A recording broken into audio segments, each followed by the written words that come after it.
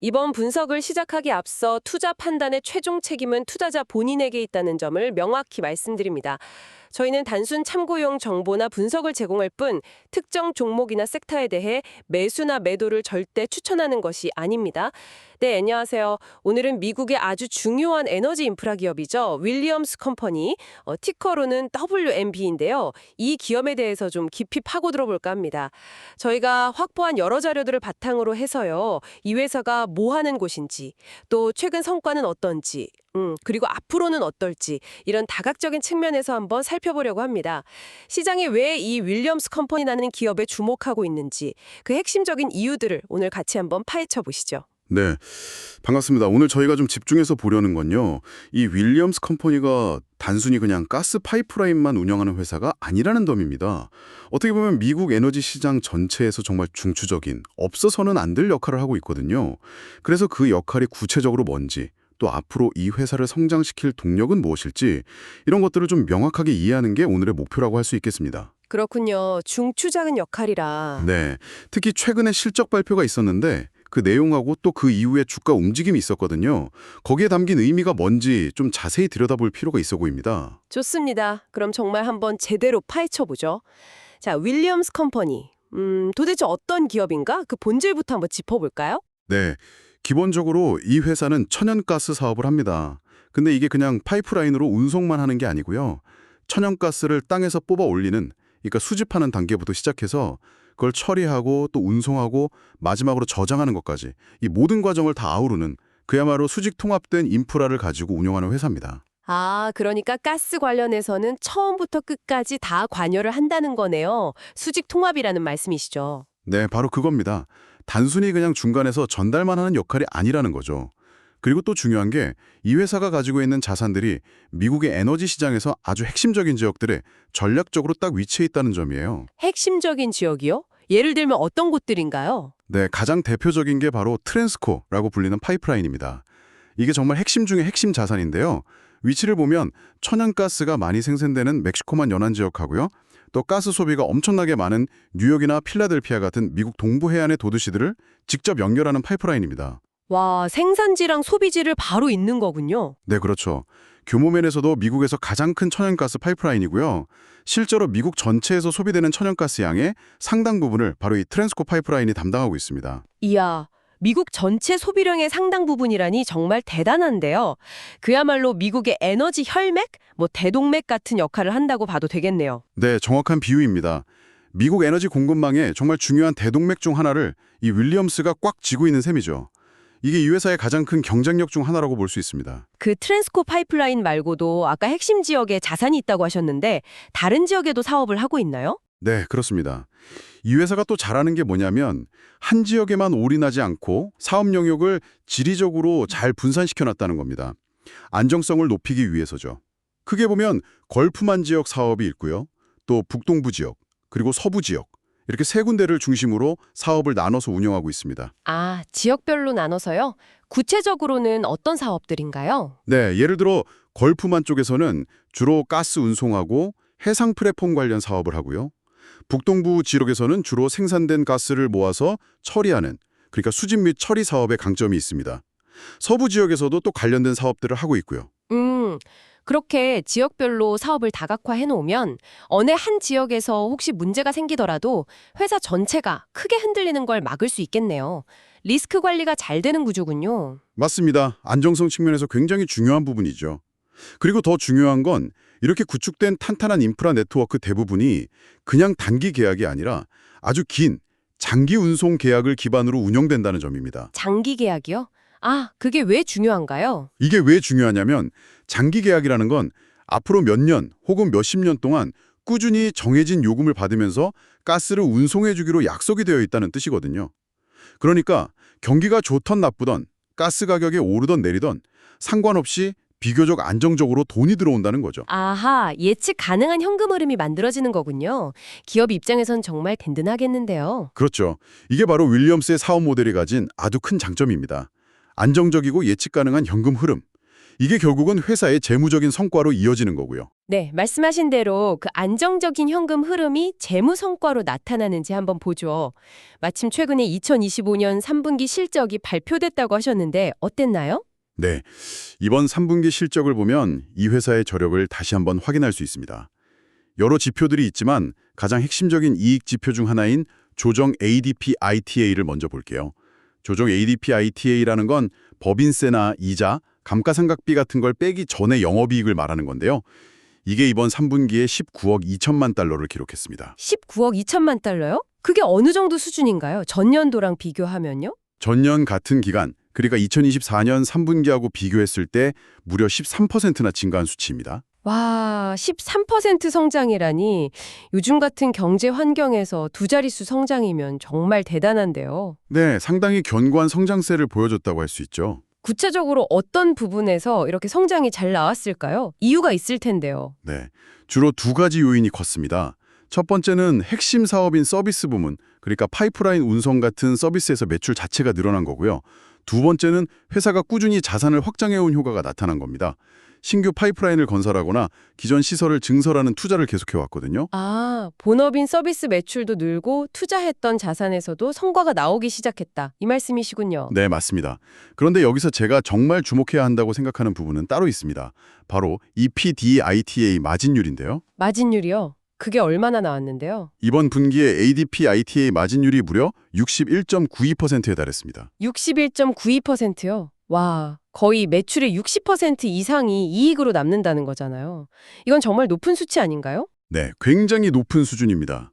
이게 뭘 의미하냐면 단순히 매출만 늘어난 게 아니라 비용 관리나 운영 효율성 측면에서도 아주 뛰어난 성과를 보이고 있다는 명백한 증거입니다.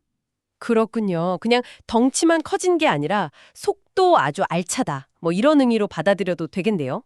수익성 자체가 아주 탄탄하다는 거군요. 정확합니다. 외형 성장과 내실, 즉 수익성 개선이 함께 이루어지고 있다는 거죠. 이익 지표뿐만 아니라 실제 현금이 얼마나 잘 들어오고 있는지도 중요할 텐데요. 현금 흐름 쪽은 어땠나요? 네, 현금 흐름 지표들도 아주 좋았습니다. 우선 영업활동을 통해서 벌어들인 현금, 이걸 영업활동 현금 흐름, CFFO라고 하는데요. 이게 14억 3,900만 달러를 기록했습니다. 이것도 전년 동기 대비 16%나 증가한 수치입니다. 영업 현금 흐름도 16% 증가. 좋네요. 네, 그리고 또 중요한 지표가 있는데 AFFO라고 부르는 가용 운용 자금입니다. 이건 영업활동 현금 흐름에서 유지보수 비용 같은 걸 빼고 남은 실제로 회사가 배당을 주거나 새로운 성장을 위해 투자할 수 있는 여윳돈이라고 보시면 되는데요. 이 AFFO가 14억 4,900만 달러로 이건 역시 전년 대비 13% 증가했습니다. 아, AFFO. 그러니까 실제 쓸 수 있는 돈도 13%나 늘었다는 거네요. 그럼 이걸로 배당을 얼마나 잘 주고 있는지도 궁금한데요. 투자자 입장에서는 배당이 또 중요하니까요. 네, 그렇죠. 특히 윌리엄스 같은 인프라 기업은 안정적인 배당을 기대하는 투자자들이 많습니다. 이번 실적에서 아주 인상적인 부분이 바로 이 배당 관련 지표인데요. AFFO를 기준으로 배당 커버리지 비율을 계산해 봤더니 2.37배가 나왔습니다. 배당 커버리지 비율이 2.37배요? 그게 무슨 뜻인가요? 이게 무슨 말이냐면 회사가 벌어들인 가용자금 AFFO가 실제로 주주들에게 지급한 배당금 총액보다 2.37배나 많았다는 의미입니다. 쉽게 말해서 배당금을 주고도 돈이 상당히 많이 남았다는 거죠. 추가로 투자를 하거나 빚을 갚거나 할 여력이 충분하다는 뜻입니다. 와, 배당금을 주고도 1.37배만큼의 돈이 더 남았다는 거니까 이건 배당의 안정성이 정말 높다고 평가할 수 있겠네요. 배당 삭감 걱정은 거의 안 해도 될 수준인데요. 네, 그렇다고 볼 수 있습니다. 배당의 지속 가능성 측면에서는 아주 긍정적인 신호죠. 좋습니다. 이비타 성장률도 좋고 마진율도 높고 현금 흐름도 탄탄하고 배당 안정성까지 전반적으로는 실적이 상당히 좋아 보이는데요. 혹시 좀 아쉬운 부분은 없었나요? 네, 사실 모든 지표가 다 시장의 기대를 완벽하게 충족시킨 건 아니었습니다. 약간의 아쉬움이 남는 부분도 있었는데요.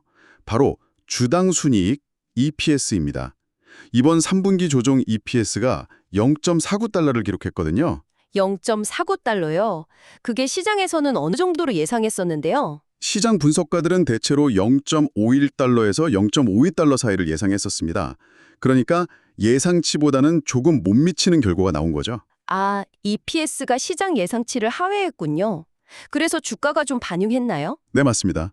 이 EPS 미스 소식이 전해지면서 실적 발표 직후에 주가가 잠시 좀 하락하는 모습을 보이기도 했습니다. 그렇군요. 왜 EPS가 예상보다 낮게 나왔을까요? 특별한 이유가 있었나요? 몇 가지 원인을 생각해 볼 수 있는데요. 가장 큰 요인으로는 미래 성장을 위한 투자를 좀 공격적으로 늘리면서 관련된 비용이 증가한 부분을 꼽을 수 있습니다. 예를 들어 새로운 파이프라인 건설 프로젝트 같은 대규모 투자를 진행하면 초기에는 비용이 많이 들어가게 되거든요. 그런 영향들이 복합적으로 작용한 것으로 분석되고 있습니다. 아, 미래를 위한 투자를 늘리다 보니 단기적으로 비용이 좀 증가해서 EPS가 예상보다 낮게 나왔을 수 있다. 이런 해석이군요. 네, 그럴 가능성이 높아 보입니다. 물론 EPS가 예상보다 낮게 나온 건 좀 아쉽긴 하지만요. 어떻게 보면 기업의 핵심적인 수익 창출 능력, 그러니까 돈 버는 힘 자체를 보여주는 건 아까 말씀하신 EBITDA 아닌가요? 네, 그렇죠. EBTA가 사업의 본질적인 현금 창출 능력을 더 잘 보여준다고 보는 시각이 많습니다. 그렇다면 단기적인 비용 증가 때문에 EPS가 조금 낮게 나왔다고 해도 그 근본적인 힘인 EBTA가 13%나 성장했고 마진율도 저렇게 높다는 사실이 어쩌면 더 중요한 포인트가 아닐까 싶기도 한데요. 네, 저도 그 부분에 상당히 동의합니다. 단기적인 EPS 변동보다는 장기적인 관점에서 회사의 핵심 경쟁력, 즉 EBTA 창출 능력이 강화되고 있다는 점에 더 주목해야 한다고 생각합니다. 오히려 미래를 위한 투자를 늘리고 있다는 긍정적인 신호로 해석할 수도 있지 않을까요? 충분히 그렇게 볼 수 있는 여지가 있습니다. 실제로 시장의 반응을 보면요. 실적 발표 직후에는 EPS 미스 때문에 잠시 주춤했지만 그 이후에는 다시 반등하는 모습을 보였거든요. 예를 들어 11월 7일에는 주가가 2.83% 상승하면서 59.58달러로 마감을 했습니다. 성장이 더 중요하고 장기적으로는 괜찮겠다 이렇게 판단을 바꿨다고 볼 수도 있겠네요. 네, 그런 재해석 과정이 있었을 가능성이 높습니다. 3분기 실적에 담긴 긍정적인 측면들, 그리고 이 회사가 가진 장기적인 성장 가능성에 대해서 시장이 다시 주목하기 시작했다는 징후로 읽을 수 있을 것 같습니다. 월가의 전문가들, 그러니까 애널리스트들은 지금 윌리엄스에 대해서 어떻게 보고 있나요? 목표 주가 같은 건 어느 정도로 제시하고 있는지 궁금하네요. 네, 월스트리트 애널리스트들의 전반적인 시각도 이러한 긍정적인 재평가 분위기를 어느 정도 뒷받침하고 있습니다. 대부분의 애널리스트들이 완만한 매수, 모더레이트 바이 정도의 의견을 내놓고 있고요. 아직 강력 매수까지는 아니지만 긍정적으로 보고 있다는 거죠. 완만한 매수 의견이 다수군요. 그럼 목표 주가는 현재 주가보다 높은 수준인가요? 네, 그렇습니다. 제시된 평균 목표 주가를 보면 대략 67달러에서 68달러 수준입니다. 현재 주가인 60달러 근처보다는 상당히 높은 수준이죠. 67, 68달러. 그럼 아직도 한 10% 이상 상승 여력이 있다고 보는 전문가들이 많다는 거네요. 네, 그렇게 해석할 수 있습니다. 단기적인 실적 발표 결과보다는 이 회사가 가진 장기적인 가치에 더 주목하고 있다는 방증이기도 하고요. 그런데요, 여기서 제가 자료를 보면서 아주 흥미로운 지점을 하나 발견했습니다. 바로 밸류에이션, 즉 주가 수준이 어느 정도인가 하는 부분인데요. 아, 밸류에이션이요? 어떤 돈가요? 주가 수익 비율을 PE 비율을 보니까요. 현재 대략 한 29배에서 30배 수준으로 나오더라고요. 29배에서 30배. 네, 그 정도 수준이죠. 근데 이게 동종업계, 그러니까 미국 석유 및 가스 관련 다른 기업들의 평균 PE가 한 13.4배 정도 된다고 나와 있거든요. 네, 업계 평균은 그 정도 수준입니다. 그럼 윌리엄스는 업계 평균보다 2배 이상 높은 PE를 받고 있다는 거잖아요. 와, 이건 상당히 높은 프리미엄을 받고 있는 건데요. 바로 그 점입니다. 이게 현재 시장이 윌리엄스라는 기업을 어떻게 평가하고 있는지를 보여주는 아주 중요한 단서라고 할 수 있습니다. 왜 이렇게 높은 평가를 받는 걸까요? 단순히 실적이 좋아서만은 아닐 것 같은데요. 네, 맞습니다. 단순히 현재 벌어들이는 이익 규모, 즉 EPS만 가지고는 설명하기 어려운 부분이죠. 여기에는 몇 가지 이유가 복합적으로 작용하고 있다고 봐야 합니다. 첫째는 앞서 말씀드린 그 독점적인 자산 가치입니다. 특히 트랜스코 파이프라인처럼 미국 에너지 시장에서 대체 불가능한 정말 중요한 인프라를 소유하고 있다는 점, 그 자산 자체에 대한 가치를 시장이 높게 평가하는 거죠. 아, 그 트랜스코 파이프라인의 가치, 하긴 미국 동부 에너지 공급의 핵심이니까요. 그렇죠. 둘째는 이 회사가 가진 사업의 안정성입니다. 장기 계약 기반으로 안정적인 현금 흐름을 창출한다는 점, 이것도 프리미엄 요인이 됩니다. 그리고 마지막으로 가장 중요한 것은 바로 미래 성장 잠재력에 대한 기대감입니다. 미래 성장 잠재력이요? 어떤 부분에서요? 네, 앞으로 펼쳐질 에너지 시장의 변화 속에서 윌리엄스가 더 성장할 수 있을 거라는 기대감이죠. 예를 들면 뒤에서 더 자세히 이야기하겠지만 LNG 수출 증가라든지 데이터 센터 전력 수요 증가 같은 새로운 기회 요인들이 있거든요. 시장 참여자들이 윌리엄스를 그냥 현재 파이프라인 운영사로만 보는 게 아니라 이런 미래 에너지 수요 변화에 아주 핵심적인 역할을 할 일종의 플랫폼 기업으로 보고 있다는 신호일 수 있습니다. 그래서 높은 PE, 즉 프리미엄을 기꺼이 지불하고 있는 것이죠. 그렇군요. 독점적 자산, 사업 안정성, 그리고 미래 성장 기대감. 이 세 가지가 합쳐져서 높은 밸류에이션을 설명하는군요. 이해가 됩니다. 네. 하지만 여기서 반드시 짚고 넘어가야 할 점이 있습니다. 이렇게 높은 밸류에이션은 양날의 검과 같다는 사실입니다. 양날의 검이요? 어떤 의미죠? 이미 주가의 미래 성장에 대한 상당한 약관론, 즉 기대감이 많이 반영되어 있다는 뜻이기도 하거든요. 만약에 앞으로 회사의 실제 성과가 시장의 이런 높은 기대치에 미치지 못할 경우에는 실망 매물이 나오면서 주가가 오히려 크게 조정을 받을 수 있는 위험 또한 내포하고 있다는 점입니다. 아, 기대가 큰 만큼 실망도 풀 수 있다, 이런 거군요. 하긴 너무 높은 기대는 부담이 될 수도 있겠네요. 항상 염두에 둬야 할 부분이겠습니다. 네, 맞습니다. 그래서 투자 결정을 내릴 때는 이런 밸류에이션 리스크를 반드시 고려해야 합니다. 알겠습니다. 자, 그럼 이제 윌리엄스라는 개별 기업 이야기에서 조금 시야를 넓혀서요. 이 회사가 속해 있는 산업 환경 자체는 어떤지 한번 살펴보는 것도 중요할 것 같습니다. 미드스트림, 그러니까 에너지 산업의 중간 단계인 운송, 저장 분야의 전반적인 전망은 어떻습니까? 네, 미드스트림 산업 전체의 전망은 전반적으로 봤을 때 중립적이거나 혹은 약간 긍정적인 분위기로 평가받고 있습니다. 아주 뜨겁지도 그렇다고 아주 차갑지도 않은 상태라고 할까요? 중립적 내지 약간 긍정적, 그 이유는 뭘까요? 몇 가지 중요한 거시적인 트렌드가 영향을 미치고 있는데요. 이게 또 윌리엄스에게는 상당히 유리하게 작용하는 측면들이 많습니다. 아, 그래요? 어떤 트렌드들인데요? 우선 첫 번째로 가장 주목해야 할 것은 액화천연가스, 즉 LNG 수출의 급격한 증가세입니다. LNG 수출이요? 아, 요즘 뉴스에 많이 나오던데요. 네, 그렇죠. 특히 러시아 우크라이나 전쟁 이후로 글로벌 에너지 안보 지형이 완전히 재편되지 않았습니까? 유럽 국가들이 러시아산 가스 의존도를 낮추려고 하면서 그 대안으로 미국산 LNG에 대한 수요가 폭발적으로 늘어나고 있거든요. 실제로 미국의 LNG 수출 물량이 정말 엄청나게 증가하고 있거든요. 근데 그게 윌리엄스랑 무슨 상관이 있는 거죠? 윌리엄스가 직접 LNG를 만들어서 수출하는 건 아니잖아요. 네, 직접 수출하는 건 아니지만 아주 밀접한 관련이 있습니다. LNG를 수출하려면 우선 미국 내륙에서 생산된 천연가스를 해안가에 있는 LNG 액화 및 수출 터미널까지 운반해야 하거든요. 바로 이 운반 역할을 누가 하느냐? 윌리엄스가 가진 그 방대한 파이프라인 네트워크, 특히 멕시코만 연안으로 이어지는 파이프라인들이 이 역할을 상당 부분 담당하고 있습니다. 아하, LNG 터미널까지 가스를 보내주는 역할을 하는 거군요. 그럼 LNG 수출이 늘면 늘수록 윌리엄스의 파이프라인 이용량도 늘어나겠네요. 그렇죠. LNG 수출 터미널로 가는 가스 물량이 늘어나니까 윌리엄스는 가만히 앉아서 통행료, 즉 운송수수료 수입이 늘어나는 직접적인 수혜를 누리게 되는 겁니다. 이건 정말 확실한 성장 동력 중 하나죠. 와, 이건 정말 큰 기회 요인이네요.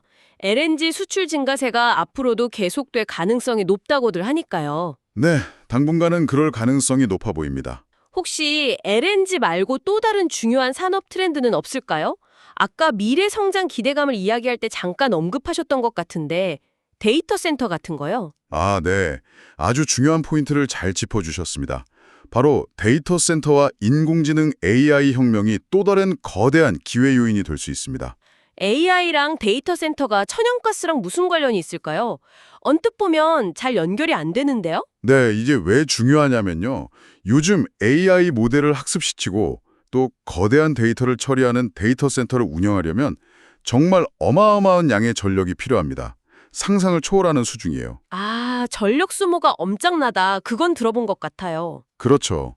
그런데 문제는 이 막대한 전력을 어떻게 안정적으로 그리고 효율적으로 공급할 것이냐 하는 점입니다. 여기서 바로 천연가스의 역할이 다시 부각되고 있는 겁니다. 천연가스가 왜요? 신재생 에너지 같은 걸 쓰면 안 되나요? 물론 신재생 에너지도 중요하지만 데이터 센터는 1년 365일 24시간 내내 단 1초의 중단도 없이 안정적으로 전력이 공급되어야 하거든요.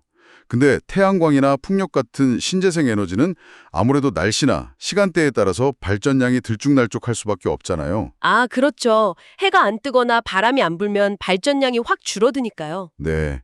그래서 이런 간헐성 문제를 보완해주고 필요할 때 언제든지 즉각적으로 안정적인 전력을 대량으로 생산할 수 있는 발전원으로서 천연가스 발전의 중요성이 다시 커지고 있는 겁니다. 그렇군요. 데이터 센터의 안정적인 전력 공급을 위해서는 천연가스 발전이 필수적이다, 이런 이야기네요. 네, 그런 시각이 점점 힘을 얻고 있습니다. 실제로 최근에 미국에서 새로 계획되거나 건설 중인 발전소들을 보면 천연가스 발전소 비중이 다시 늘어나는 추세도 나타나고 있고요. 이게 결국 뭘 의미하겠습니까? 천연가스 발전소가 더 많이 필요해진다는 건 그 발전소로 공급되는 천연가스의 운송 수요 또한 새롭게 창출된다는 뜻이죠. 윌리엄스 같은 파이프라인 사업자에게는 또 다른 큰 시장이 열리는 셈입니다. 우와, 이것도 정말 흥미로운 연결고리네요. AI 혁명이 엉뚱하게 천연가스 파이프라인 회사에게 호재가 될 수도 있다니? 네, 세상은 이렇게 연결되어 있는 거죠. 여기에 더해서 천연가스 자체가 가진 특성도 좀 봐야 할 것 같은데요. 요즘 워낙 기후변화, 탄소 중립 이런 이야기가 많지 않습니까? 네, 그렇죠. 에너지 산업에서 가장 큰 화두 중 하나죠. 근데 천연가스도 결국은 화석 연료인데 장기적으로 괜찮을까요? 네, 그 부분도 당연히 고려해야 합니다. 하지만 천연가스는 다른 화석연료, 특히 석탄과 비교했을 때 상대적으로 탄소 배출량이 적다는 특징이 있습니다. 그래서 많은 전문가들이 천연가스를 완전한 탄소 중립 사회로 이행하기 위한 중간 단계의 가교 연료로서 중요한 역할을 할 것이라고 평가하고 있습니다. 가교 연료요? 다리 역할을 하는 연료라는 뜻인가요? 네, 맞습니다.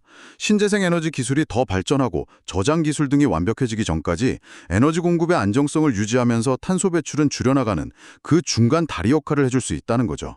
물론 장기적으로는 천연가스 역시 사용을 줄여나가야겠지만 그 과정이 생각보다 길 수 있고 그 기간 동안에는 여전히 안정적인 수요가 유지될 가능성이 높다는 게 현재의 일반적인 전망입니다. 그렇군요. 그럼 윌리엄스 입장에서는 LNG 수출 증가, 데이터 센터 전력 수요, 그리고 가교 연료로서의 역할까지 당분간은 산업 환경 자체가 상당히 우호적이라고 볼 수도 있겠네요. 네, 전반적으로 기회 요인이 많은 환경이라고 할 수 있습니다. 그런데 더 중요한 것은 윌리엄스가 단순히 이런 주어진 환경에 만족하고 있는 게 아니라는 점입니다. 만족하지 않는다? 그럼 뭘 하고 있다는 거죠? 이런 기회들을 그냥 흘려보내는 게 아니라 이걸 발판 삼아서 더 큰 성장을 이루고 또 다가올 미래의 변화에 대비하기 위해서 아주 공격적으로 미래 성장 전략을 추진하고 있다는 게 중요합니다. 현재에 안주하지 않고 계속해서 미래를 보고 움직이고 있다는 거죠? 오, 미래 성장 전략 아주 중요한 부분인데요. 구체적으로 어떤 전략들을 가지고 있나요? 좀 더 자세히 설명해 주시죠. 네, 크게 몇 가지 방향으로 나눠볼 수 있습니다. 우선 첫 번째는 당연히 핵심 사업인 천연가스 인프라 자체를 더 키우는 겁니다. 대규모 확장 투자를 계속하고 있어요. 예를 들어 2025년 성장 관련 자본 지출, 즉 캐펙스 예산을 보면 상당히 큰 폭으로 늘렸습니다. 이걸로 뭘 하느냐? 기존의 핵심 파이프라인인 트랜스코의 용량을 더 늘리는 프로젝트들, 예를 들면 월턴 웨스트 프로젝트 같은 것들을 진행하고 있고요. 아, 기존 파이프라인을 더 크게 만든다? 네, 그리고 또 멕시코만 심해 지역에서 새로 개발되는 대규모 유전이나 가스전들이 있거든요. 거기서 생산되는 석유나 가스를 육지에 있는 처리시설까지 운반해 와야 하는데 그 연결하는 신규 파이프라인 건설에도 투자를 하고 있습니다. 셰난도와 나살라만카 같은 프로젝트들이 대표적이죠. 새로운 생산지와 연결하는 파이프라인도 계속 짓고 있고요. 그렇죠. 그리고 아까 말씀드린 LNG 수출 증가 추세에 발맞춰서 특히 루이지아나 지역같이 LNG 터미널이 밀집한 곳에 관련 인프라 투자도 아주 적극적으로 하고 있습니다. LNG 관련 투자도 빼놓지 않고 있군요. 네, 특히 주목할 만한 움직임이 하나 있었는데요. 호주의 아주 큰 에너지 기업인 우드사이드 에너지라는 회사하고 전략적으로 손을 잡았습니다. 두 회사가 함께 LNG 터미널 지분을 인수하고 또 그 터미널로 가스를 공급하는 파이프라인 인프라를 공동으로 개발하기로 했어요. 와, 다른 회사랑 손잡고 LNG 터미널 지분까지 인수한다고요? 이건 그냥 파이프라인 운영만 하던 것과는 좀 다른 차원의 움직임 같은데요? 맞습니다. 이건 단순히 가스 운송만 하는 걸 넘어서서 미래 LNG 시장에서 좀 더 주도적인 역할을 하겠다는 의지를 보여주는 매우 중요한 전략적인 행보라고 평가할 수 있습니다. LNG 밸류체인에서 좀 더 상류적으로 영향력을 확대하려는 시도인 거죠. 단순히 파이프라인 용량만 늘리는 게 아니라 LNG의 시장 자체에 대한 투자를 강화하고 있다. 흥미롭네요. 이게 첫 번째 성장 전략이었고 또 다른 방향도 있나요? 네, 두 번째 방향은 바로 신재생 에너지 및 저탄소 솔루션 분야로의 진출입니다. 아, 저탄소 분야요. 이건 아까 잠깐 언급하셨던 것 같은데 구체적으로 어떤 것들을 하고 있나요? 네, 이건 장기적인 관점에서 에너지 전환이라는 거스를 수 없는 큰 흐름에 발맞추기 위한 노력이라고 볼 수 있습니다. 그냥 천연가스만 고집하다가는 미래에 도태될 수도 있으니까요. 그래서 윌리엄스가 뭘 하고 있냐면 기존에 가지고 있는 그 방대한 천연가스 인프라와 운영 노하우를 활용할 수 있는 분야에 집중하고 있습니다. 대표적인 게 바로 탄소 포집 및 저장, 즉 CCS 기술입니다. CCS요? 탄소를 잡아서 땅에 묻는 기술 말씀이시죠? 네, 맞습니다. 산업시설이나 발전소 같은 데서 나오는 이산화탄소를 포집해서 그걸 파이프라인으로 운반한 다음에 지하 깊은 곳에 안전하게 저장하는 기술이죠. 이게 왜 윌리엄스에게 의미가 있냐면 탄소를 운반하는 파이프라인 기술이나 지하 저장 관련 기술이 기존 천연가스 인프라 운영 경험과 상당히 유사한 부분이 많거든요. 아, 기존 사업 역량을 활용할 수 있는 분야군요. 그렇죠. 그래서 CCS 기술 개발이나 실제 적용 프로젝트에 투자를 하고 있습니다. 이게 성공적으로 상용화된다면 천연가스를 계속 사용하면서도 탄소 배출 문제는 해결할 수 있는 현실적인 대안이 될 수 있기 때문에 시장 잠재력이 크다고 보고 있는 거죠. CCS 외에 또 다른 저탄소 기술 투자는 없나요? 수소 같은 것도 요즘 많이 이야기하던데요? 네, 맞습니다. 수소 관련 기술 투자도 진행 중입니다. 특히 기존에 있는 천연가스 파이프라인을 활용해서 수소를 천연가스에 섞어서 함께 운송하는 수소 혼소 기술 같은 것에 관심을 가지고 연구 개발을 하고 있습니다. 아직은 기술적으로나 경제적으로 해결해야 할 과제들이 많아서 초기 단계이긴 하지만 미래의 중요한 청정 에너지원이 될 수 있는 수소 시장에도 미리 발을 담가 놓으려는 시도라고 볼 수 있습니다. 그렇군요. CCS, 수소, 혼소 이런 저탄소 기술 투자를 통해 에너지 전환 시대에도 살아남고 오히려 새로운 기회를 찾으려는 노력이군요. 네, 그런 장기적인 포석이라고 할 수 있습니다. 자, 그럼 세 번째 성장 전략 방향은 뭔가요? 세 번째는 전력 분야 자체에서의 혁신입니다. 단순히 가스를 운송하는 걸 넘어서 전력 시장에서 새로운 사업 모델을 만들려는 시도들을 하고 있습니다. 전력 시장에서의 혁신이요? 예를 들면 어떤 것들이죠?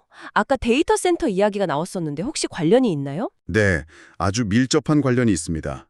예를 들어서 데이터 센터처럼 전력 소비량이 어마어마하게 크고 또 중단 없이 안정적인 공급이 너무나 중요한 특정 대형 고객들이 있잖아요. 이런 고객들을 대상으로 기존의 복잡한 전력망을 거치지 않고 발전소에서 생산된 전력을 거의 직접적으로 공급하는 형태의 사업 모델을 개발하려고 하고 있습니다. 이걸 BTM, 비하인드 미터라고 부르는데요. BTM이요? 계량기 뒤에서 직접 공급한다 뭐 이런 뜻인가요? 네, 비슷합니다. 전력망을 거치면서 발생하는 손실이나 비효율을 줄이고 고객 맞춤형으로 더 안정적이고 효율적인 에너지 공급 솔루션을 제공하겠다는 거죠.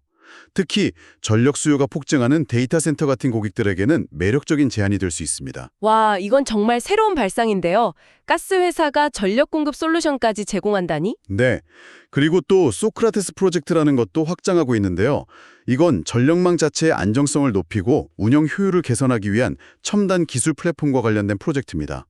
이런 것들을 보면 윌리엄스가 더 이상 전통적인 파이프라인 운영 사업의 틀 안에만 갇혀 있지 않다는 걸 알 수 있습니다. 그렇네요. 가스 운송을 넘어서 LNG 시장으로, 저탄소 솔루션으로, 그리고 이제는 전력 혁신 분야까지 정말 다방면에 걸쳐서 미래를 준비하고 있다는 인상을 강하게 받습니다. 네, 회사의 장기적인 비전은 단순한 미드스트림 기업을 넘어서 미래형 통합 에너지 솔루션 제공자로 진화하려는 데 있는 것으로 보입니다. 좋습니다. 이렇게 미래의 성장 전략까지 들어보니 기대감이 퍽 커지는데요.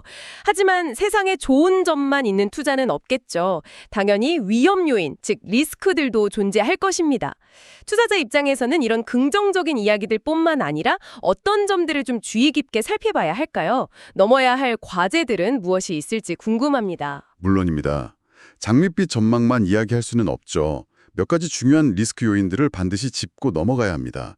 첫 번째로 가장 먼저 고려해야 할 것은 바로 규제 및 정책 리스크입니다. 규제 리스크요? 아, 파이프라인 사업은 특히 규제 영향을 많이 받을 것 같은데요? 네, 맞습니다. 파이프라인을 새로 건설하거나 운영하는 사업은 필연적으로 연방정부나 주정부의 아주 엄격한 환경 규제를 받아야 하고 또 인허가 절차도 매우 복잡하고 시간이 오래 걸립니다. 그런데 만약 정치적인 환경이 바뀌거나 환경 보호에 대한 사회적 요구가 더 강해져서 관련 규제가 강화된다면 어떻게 될까요? 신규 파이프라인 건설 허가가 안 나거나 아니면 허가를 받더라도 훨씬 더 까다로운 조건을 맞춰야 해서 비용이 엄청나게 늘어날 수도 있겠네요. 사업 자체가 지연될 수도 있고요. 바로 그겁니다. 정책의 방향이 어떻게 바뀌느냐에 따라서 사업 계획에 큰 차질이 생길 수도 있고 예상치 못했던 추가 비용이 발생할 수도 있습니다. 이건 윌리엄스뿐만 아니라 모든 인프라 기업이 안고 있는 잠재적인 위험 요인이라고 할 수 있습니다. 네, 규제 문제는 정말 예측하기 어려운 별수 중 하나죠. 항상 주시해야 할 부봉이겠네요. 또 다른 리스크는 없을까요? 재무적인 측면에서는 괜찮을까요? 네, 재무적인 측면에서도 주의 깊게 봐야 할 부분이 있습니다. 바로 부채 문제입니다. 부채요? 아까 미래 성장을 위해서 투자를 공격적으로 늘리고 있다고 하셨는데 그 과정에서 빚이 좀 많아진 건가요? 네, 그렇습니다. 윌리엄스 같은 대규모 인프라 기업이 성장을 하려면 정말 천문학적인 규모의 자금이 필요하거든요. 이걸 다 자기 자본으로만 할 수는 없으니까 상당 부분 부채를 활용하는 것이 불가피합니다. 윌리엄스의 경우에도 동종업계의 다른 기업들과 비교했을 때 부채 비율이 다소 높은 편에 속합니다. 부채 비율이 높으면 어떤 점이 위험한가요? 가장 큰 문제는 금리가 상승하는 시기에 이자 부담이 커진다는 점입니다. 빌린 돈이 많으니까 금리가 오르면 매년 갚아야 할 이자 비용도 같이 늘어나게 되죠. 이자 비용이 늘어나면 당연히 회사의 순이익은 줄어들게 되고 이는 주가에도 부정적인 영향을 미칠 수 있습니다. 그렇군요. 안정적인 현금 흐름이 있다고는 하지만 부채가 너무 많으면 금리 상승기에 발목을 잡힐 수도 있겠네요. 네, 물론 지금까지는 안정적인 현금 흐름을 바탕으로 부채를 잘 관리해오고 있는 것으로 보입니다. 아까 배당 커버리지 비율도 높았잖아요.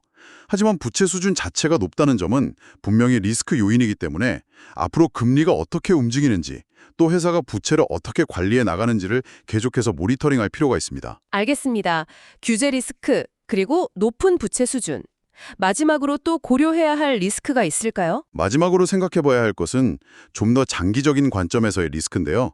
바로 탈탄소와 압력입니다. 아, 탈탄소 압력이요. 이건 아까 가교연료 이야기할 때 잠깐 나왔던 것 같은데요. 네, 현재 천연가스가 에너지 전환 과정에서 중요한 가교연료 역할을 하고 있는 것은 맞습니다. 그리고 그 역할이 상당 기간 지속될 가능성도 높고요. 하지만 궁극적인 방향은 결국 탄소 배출을 제로에 가깝게 줄여야 한다는 것이고 이를 위한 글로벌 차원의 압력은 시간이 갈수록 계속해서 더 강해질 것입니다. 그렇죠. 파리 협정이나 각국의 탄소 중립 선언 같은 것들이 있으니까요. 네, 이런 장기적인 흐름 속에서 과연 천연가스 자체에 대한 수요가 언젠가는 줄어들기 시작하지 않을까 하는 우려가 있는 거죠.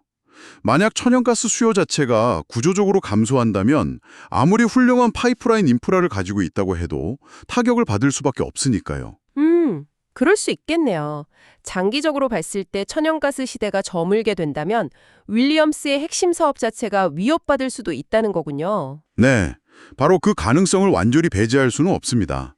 그리고 바로 그 이유 때문에 윌리엄스가 앞서 말씀드린 CCS나 수소 혼소 같은 저탄소 및 무탄소 기술에 선제적으로 투자하면서 미래를 대비하고 있는 것이기도 하고요. 아, 그래서 그런 신기술 투자가 더 중요해지는 거군요. 미래에 대한 대비책. 그렇죠. 하지만 또 다른 한편으로는 현실적인 관점에서 봤을 때 100% 신재생 에너지만으로 전 세계의 모든 에너지 수요를 안정적으로 또 경제적으로 충족시키기까지는 아직 상당한 시간과 기술적인 과제들이 남아있다는 점도 고려해야 합니다. 그래서 그 전환 과정에서 천연가스의 역할이 우리가 생각하는 것보다 훨씬 더 오랫동안 유지될 것이라는 게 현재 에너지 시장 전문가들의 중론이기도 합니다. 그렇군요. 그러니까 탈탄소 압력은 분명히 장기적인 리스크 요인이지만 그 전환 속도나 과정이 어떻게 진행될지에 대해서는 여러 이견이 있다는 거네요. 네, 맞습니다. 따라서 투자자 입장에서는 이 탈탄소 압력이라는 리스크를 인지하고 있으면서도 동시에 윌리엄스가 이러한 시대적 변화에 얼마나 성공적으로 적응하고 오히려 새로운 기회를 창출해 나가는지를 꿍준히 지켜보는 것이 중요합니다. 이게 또 하나의 중요한 관전 포인트가 될 수 있겠죠? 알겠습니다. 규제, 부채, 그리고 장기적인 탈탄소 압력까지 리스크 요인들도 충분히 고려해야겠네요. 자, 그럼 오늘 정말 많은 이야기를 나눴는데요. 이 모든 내용을 한번 종합해서 결론을 내려볼 시간이 된 것 같습니다. 네, 정리를 한번 해볼까요?